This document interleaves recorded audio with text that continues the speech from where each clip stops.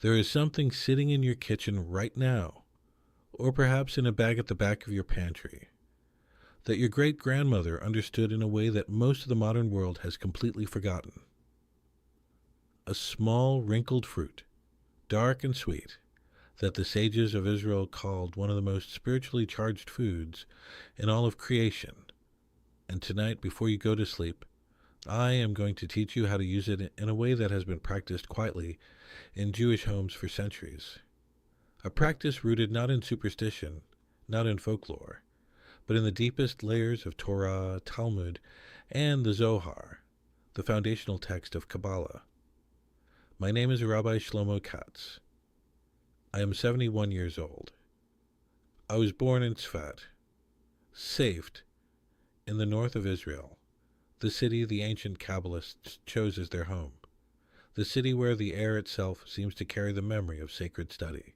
I studied at the yeshiva of Tzfat and later at Bar Ilan University, but my most important education happened at the kitchen table of my grandfather, Reb Yosef Katz, a master Kabbalist of the Tzfat school, who taught me from the time I was a young child that every food God placed on this earth carries a spiritual code, a code that, when understood and activated with proper intention, can bring healing, protection, and abundance into a home. I have spent 43 years studying the spiritual dimension of food in Torah, Talmud, and Zohar. And in all of that time, few things have moved me as deeply as the teaching I'm going to share with you today. Today I'm teaching one of what I call the 7 sacred foods, the Shivat HaMinim, the 7 fruits of the land of Israel mentioned in Deuteronomy 8:8. There are 7 of them, and each one carries a different dimension of divine blessing. Today, the food is the fig, the te'ina in Hebrew, and the practice I will teach you involves placing a dried fig beneath your bed tonight. By the end of this teaching, I will share something my grandfather only revealed inside the family, something about the specific intention you must hold in your heart when you do this, without which the practice loses most of its power. Stay with me. This is one of the most important teachings I have given on this channel. I grew up walking the stone streets of Tzfat. Those streets are narrow and ancient, worn smooth by centuries of feet, and they wind between old synagogues and study houses where the great Kabbalists, the Ari HaKadosh, Rabbi Moshe Cordovero, Rabbi Yosef Karo, once walked and prayed and debated the hidden dimensions of Torah. My grandfather's home was on one of those streets, a small home, a kitchen where my grandmother cooked from before dawn, where the smell of olive oil and fresh bread and dried fruits was always present, where Friday afternoon meant the whole neighborhood began to breathe differently as Shabbat approached. It was in that kitchen that I first learned about the fig. I was perhaps 9 years old. My grandfather had pulled me aside, away from the other children, and he placed a dried fig in my hand. He said to me, in his quiet way, that I was holding one of the most misunderstood gifts God ever gave to the Jewish people. He told me that the fig appears in the Torah not once, not twice, but as part of the sacred covenant between God and the land. It is listed in Deuteronomy alongside wheat, barley, the vine and the fig tree, the pomegranate, the olive tree, and date honey. 7 foods, a divine blueprint. And of these 7, he said, the fig carries a particular energy that most rabbis do not discuss publicly, because it belongs to a dimension of Torah that requires time and maturity to understand correctly. Years later, when I was in my late 20s and going through a period of serious illness, it was my grandfather who prepared a combination of the Shivat HaMinim for me, including the fig, in a specific way at a specific time. Within days, I began to recover. I am not saying the fig cured me. I am saying that something shifted in my body, in my home, in my spirit. when these 7 foods were engaged with intention and knowledge. That experience changed the entire direction of my life study. Why doesn't most of the Jewish community know about these practices? The honest answer is that this knowledge was preserved in a layer of Torah study that was deliberately kept within small circles, not because it was secret in the conspiratorial sense, but because it was considered too subtle, too easily misunderstood, to teach publicly without proper preparation. The Talmud itself speaks in Tractate Chagiga about levels of Torah wisdom that should only be transmitted one-on-one, teacher to student. The Kabbalistic dimension of food wisdom falls into that category. With the destruction of traditional communities through exile, through the Holocaust, through rapid modernization, much of this oral transmission was broken. What I share with you today is my attempt to restore something that deserves to be restored. If you have ever felt that your home needed more blessing, more health, more abundance, more peace between the walls where you sleep and eat and raise your family, write the words Shivat HaMinim in the comments below. I read every comment, and it tells me how many of you are ready to receive more of what I have to teach. Let me speak honestly about what is happening in our world right now. People are struggling. According to the most recent data from the American Psychological Association, anxiety about physical health and financial security is at some of the highest levels recorded in a generation. Food prices have increased dramatically over the past several years. The cost of nourishing a family has become a source of real fear for millions of households. And, alongside this material pressure, there is a deeper crisis that the statistics don't fully capture. A feeling of spiritual disconnection, of not knowing why things feel so difficult, of lying awake at night with the sense that something in your home or in your life is simply not flowing the way it should be. The modern approach to these problems is almost entirely external. We take supplements. We change our diet. We consult therapists and financial advisors. We try one method and then another. And some of these things help, I don't dismiss them. But there is a dimension being ignored entirely. The spiritual dimension of the home. The energetic state of the space where you rest, where your body regenerates each night. The tradition of Kabbalah teaches that the home is not a neutral space. It accumulates energy. The energy of what happens within it, of what enters it, of what we bring into it with our thoughts and actions. And the bedroom in particular, the place of sleep, is described in Kabbalistic literature as one of the most spiritually sensitive spaces in a person's life. This is where the fig becomes relevant in a way that goes far beyond nutrition. I will tell you something personal. There was a period in my life after my grandfather passed, and before I had fully integrated everything he taught me, when I drifted from these practices. I was in my early 40s living in Florida, teaching Torah in a formal context, and I slowly stopped engaging with the food wisdom the way he had shown me. Not dramatically. It was a gradual drift. And over the course of about 2 years, my home felt different. My sleep was restless.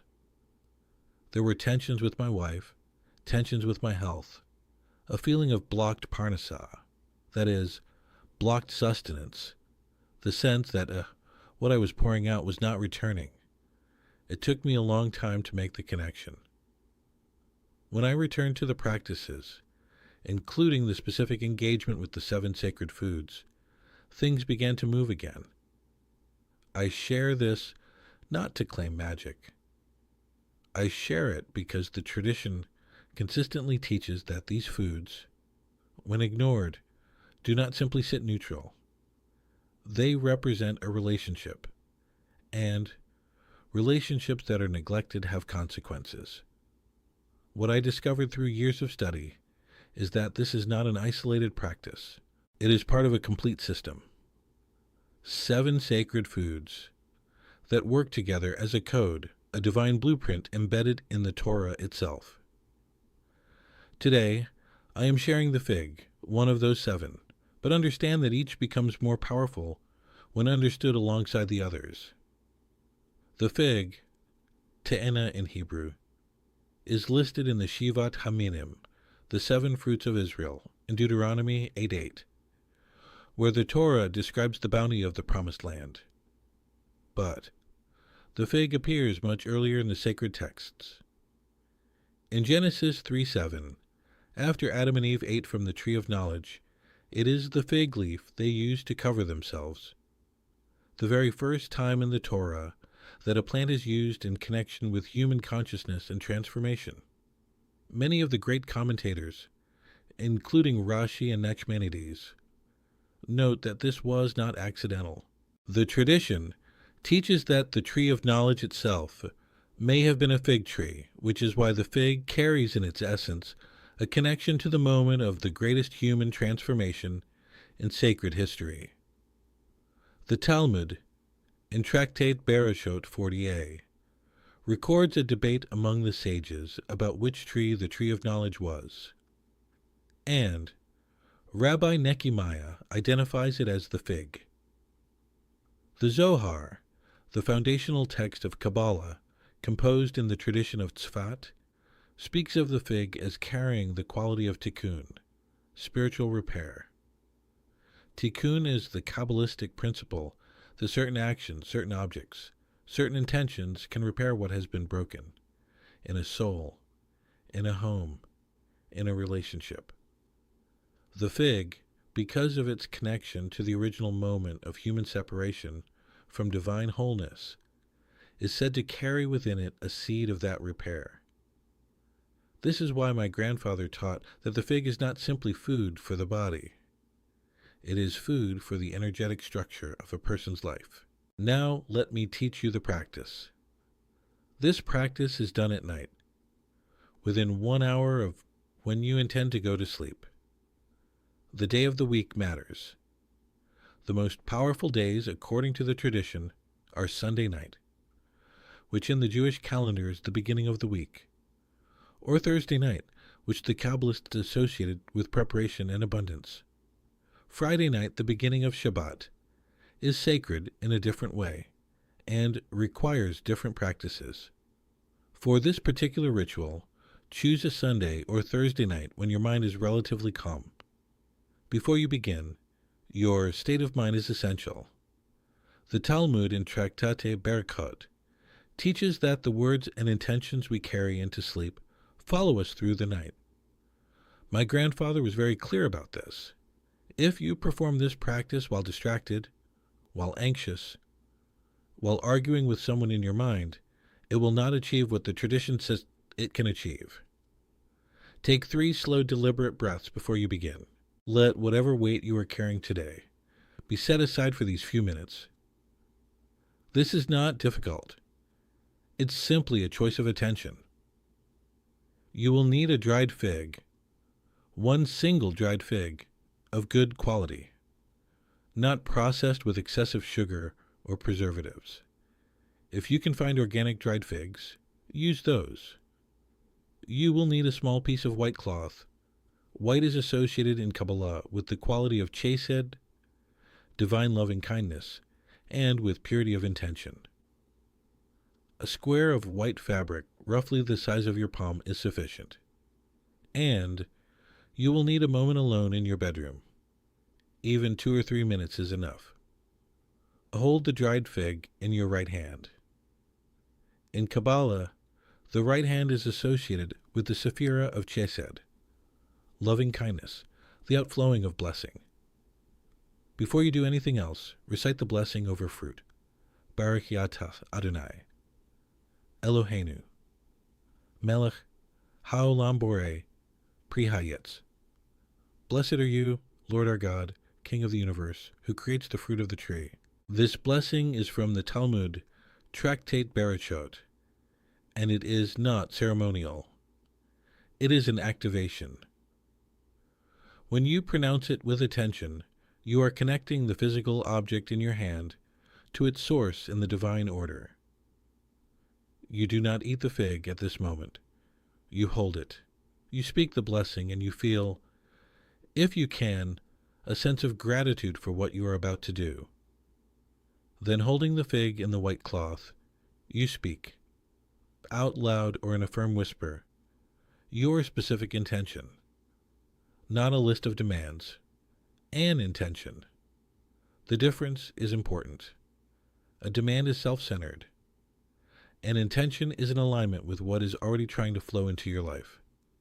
You might say, I place this fruit of the sacred seven beneath where I rest, as a vessel for healing and abundance to enter this home. Or, you might use your own words that are specific to what your home genuinely needs right now.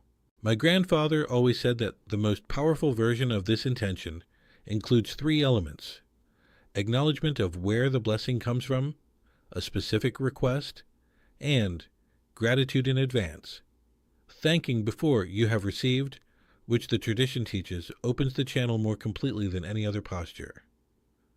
Place the wrapped fig beneath your bed, specifically beneath the area where your head rests when you sleep. This is not random. The Zohar teaches in Parashat Vayechi that the space around the head during sleep is a spiritually active space, a space where the neshama, the soul, is particularly close to divine influence. By placing the fig there, you are setting a spiritual anchor in the most receptive space of your home. Leave it there for 7 nights. 7 days is a complete cycle in Torah. 7 days of creation. 7 days of Shabbat cycles. 7 years of the agricultural Shemitah cycle. 7 is the number of completion in the Jewish tradition. During those 7 nights, be attentive to your dreams. The Talmud in Tractate Bereshot 55 it teaches that a dream is 1/60th of prophecy, and that during periods of intentional spiritual work, the dreaming mind becomes more porous to guidance. Write down what you notice. Not every dream carries significance, but patterns do. After 7 nights, remove the fig. Do not throw it in the trash. This is one of the things my grandfather was very clear about. Sacred objects, even simple ones, should be returned to the earth if possible. If you have a garden or any soil near your home, bury it. If not, wrap it carefully and dispose of it respectfully. The intention you set does not leave with the fig. The practice has already been received. There are several things the tradition says to avoid during these 7 nights. Do not argue in the bedroom during this period. The energy of conflict disrupts what you are trying to establish. Do not bring screens, phones, tablets into the bed during this time. This is not a modern affectation. It is consistent with the Kabbalistic principle that the bedroom space should be protected from scattered, anxious energy. And do not speak of the practice to people who will dismiss it or mock it. The Zohar is direct about this. Sacred intentions shared with scoffers lose their power.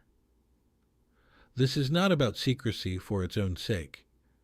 It is about protecting the space of your own spiritual work. Within 24 hours of beginning the practice, many people report an unusual sense of calm in their sleep. Not dramatic, but noticeable. Within 7 days, the tradition teaches, shifts begin. These shifts may be practical. A situation that was stuck begins to move. Or they may be internal. A change in how you feel when you wake. A lifting of a heaviness that had settled over the home. At 40 days, if you choose to continue the practice in monthly cycles, the tradition associates this period with deeper transformation. The number 40 appears throughout Torah as the duration of complete change. 40 years in the desert, 40 days of the flood, 40 days Moses spent on Mount Sinai. I want to say one more thing before I close this teaching, and it is perhaps the most important thing. There was a time not long after my children had grown and left our home, when the house felt very empty to me. My wife and I were navigating the silence of an empty nest, and I confess I felt something I can only describe as spiritual dryness, a disconnection from the practices that had always sustained me. I stopped placing intention in the food we ate.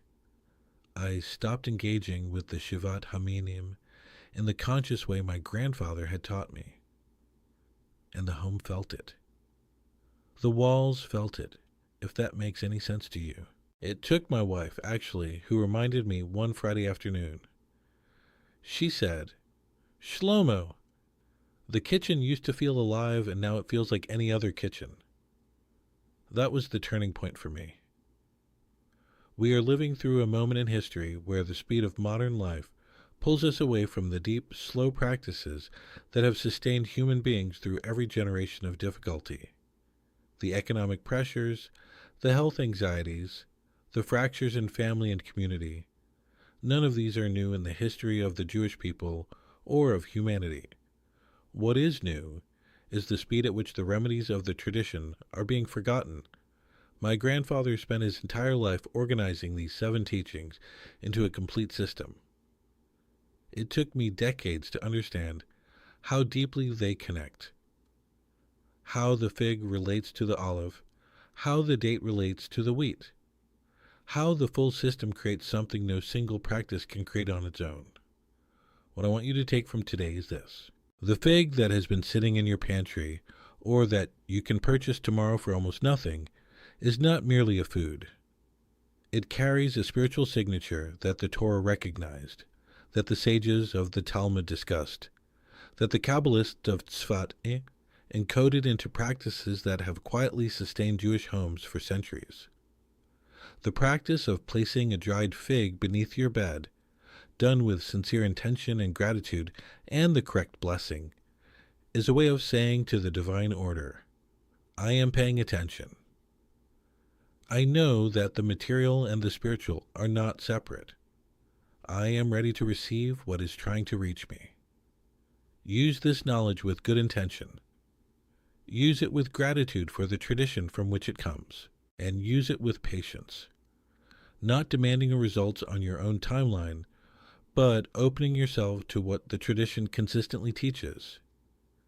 The blessing flows when we create the conditions to receive it, and that those conditions have always included the sanctification of what we eat and where we rest. In my next teaching, I will reveal another of the 7 sacred foods, one that my grandfather called the most misunderstood food in all of Torah, a food that appears in the most important moments of the Jewish story, from the desert to the temple, and whose spiritual properties have been almost entirely collapsed into nutrition science, while the deeper code remains hidden. You will not want to miss that teaching. Subscribe to this channel, and turn on notifications so you don't miss it when it comes. If this teaching moved you, share it with someone whose home you care about. Leave a comment. Tell me which of the 7 sacred foods you most want to learn about. And if you found something here that felt true to you, give this video a like, because it helps this knowledge reach the people it is meant to reach. Shabbat Shalom. Until next time.